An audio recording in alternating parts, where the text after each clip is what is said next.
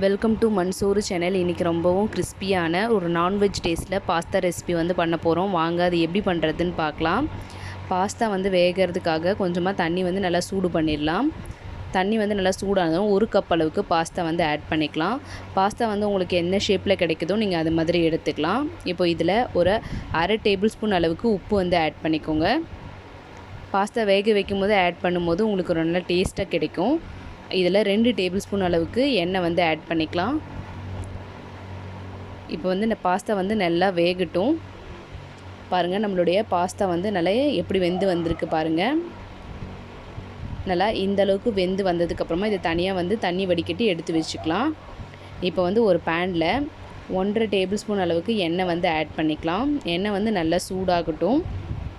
இதில் 2 medium size வெங்காயம் வந்து நான் பொடியாக வந்து கட் பண்ணியிருக்கேன். அதை வந்து ஆட் பண்ணிடலாம்.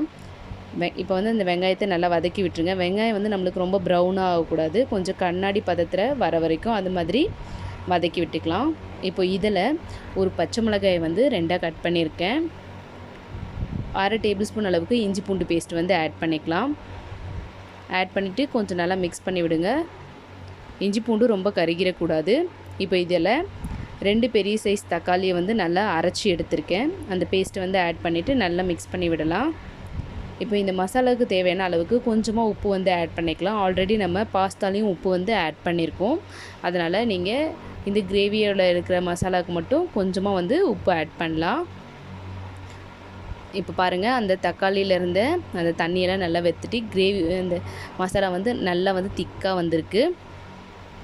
இப்போ இதில் நான் வந்து 1/4 டேபிள் ஸ்பூன் அளவுக்கு மஞ்சத்தூள் வந்து ஆட் பண்ணிக்கலாம்.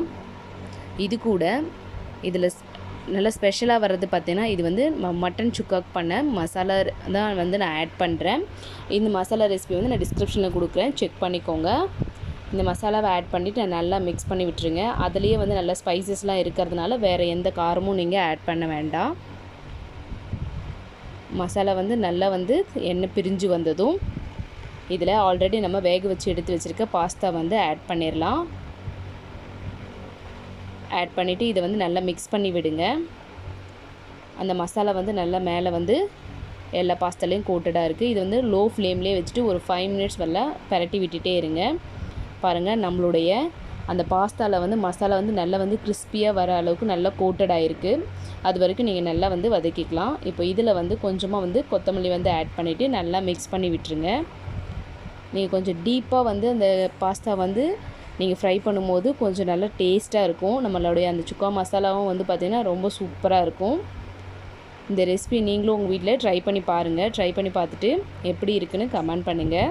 உங்கள் ஃப்ரெண்ட்ஸ்க்கு ஷேர் பண்ணுங்கள். சப்ஸ்கிரைப் பண்ண மறந்துடாதீங்க. தேங்க்யூ.